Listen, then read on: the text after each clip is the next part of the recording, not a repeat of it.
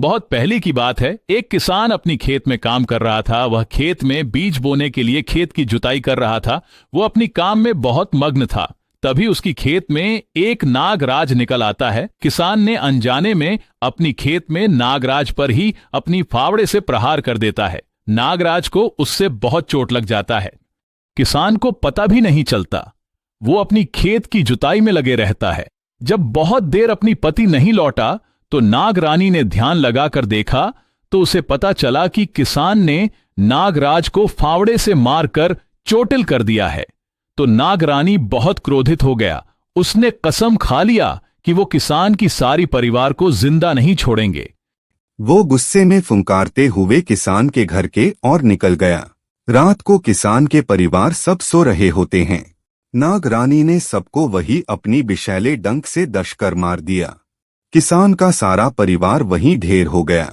वही नागरानी को पता चला कि किसान का एक ब्याहिता बेटी भी है जो अपनी पति के घर रहता है। नागरानी का गुस्सा अभी भी शांत नहीं हुआ था। उसने उसे भी मारने की सोची। अब नागरानी किसान की बेटी के घर के ओर निकल गया। जब वो किसान के बेटी के घर पहुंचा तो उसने देखा कि वो बहुत निष्ठा से नाग पूजा कर रही है। वो सारी पूजा सामग्री से पूजा कर दूध से नाग का अभिषेक कर रही थी। ये सब देख नागरानी का गुस्सा पल भर में शांत हो गया। जब किसान की बेटी का पूजा खत्म हो गया तो उसने देखा कि नागरानी सामने खड़े हैं।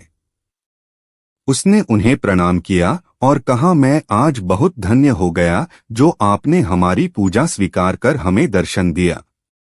हमें आशीर्वाद दीजिए कि हमारी सारी परिवार आपकी छत्रछाया में हमेशा सुरक्षित और महफूज रहें।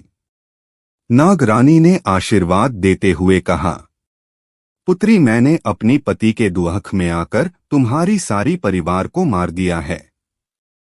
यहाँ मैं तुम्हें भी मारने के लिए आया था, लेकिन तुम्हारी निष्ठा पूर्वक हमारी पूजा करते देख मेरा गुस्सा शांत हो गया। बेटी, तुम चिंता मत करो, मैं तुम्हें यह अभिमंत्रित जल देता हूँ। यह तुम अपने परिवार के शरीर में छिड़को, वो सारे फिर से जिंदा हो जाएंगे।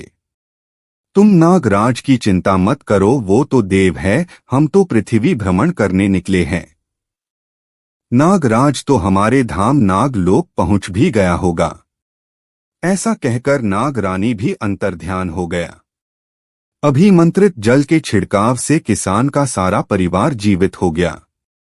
तभी से श्रावण पंचमी के दिन हर घर में नाग की पूजा धूमधाम से किया जाने लगा और उस दिन को नाग पंचमी के रूप में मनाने की प्रथा शुरू हुआ। इस दिन पूजा करने से सभी परिवार को नाग दोष से मुक्ति मिलती है और नाग देव हमारी घर को हमेशा रक्षा कर धन और ऐश्वर्या से परिपूर्ण करते हैं।